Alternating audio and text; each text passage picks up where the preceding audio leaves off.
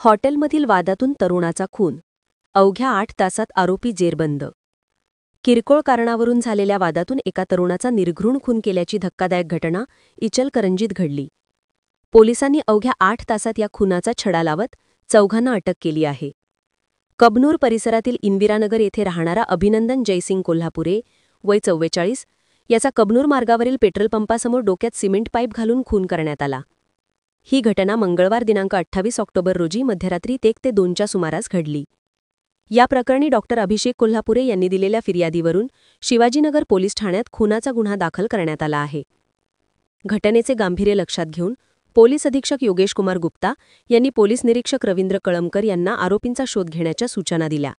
त्यानुसार निरीक्षक कळमकर, उपनिरीक्षक शेष मोरे आणि त्यांच्या पथकाने तपासाला सुरुवात केली. दरम्यान संशयित आरोपी चिपरी येथील सोंडेश्वरी फाटा परिसरात येणार असल्याची माहिती मिळाल्यानंतर पोलिसांनी सापळा रचून 4 आरोपींना ताब्यात घेतले. पंकज संजय चव्हाण, वय 27, राहणार वारणा शॉपीजवळ कबनूर; रोहित जगन्नाथ कोळेकर, वय 24, राहणार कागल; विशाल राजू लोंढे, वय 31, राहणार लालनगर, इचलकरंजी अशी आरोपींची नावे असून चौकशीत आरोपींनी कबुली दिली की अभिनंदन कोल्हापुरे यांनी रोहित कोळेकर याच्याशी हॉटेल वैशालीत भांडण केल्याच्या रागातून त्यांनी त्याचे अपहरण करून सिमेंट पाईपने वार करत ठार मारले असल्याची कबुली दिली. तसेच सदरची कारवाई पोलीस अधीक्षक योगेश कुमार गुप्ता व अप्पर पोलीस अधीक्षक अण्णासाहेब जाधव यांच्या मार्गदर्शनाखाली पोलीस निरीक्षक रवींद्र कळमकर, उपनिरीक्षक शेष मोरे, अतिश मेहत्रे, अंमलदार महेश खोत, महेश पाटील, अनिल जाधव, सागर चौगुले, संजय राठोड, सायबर पोलीस ठाणे यांच्या पथकाने केली.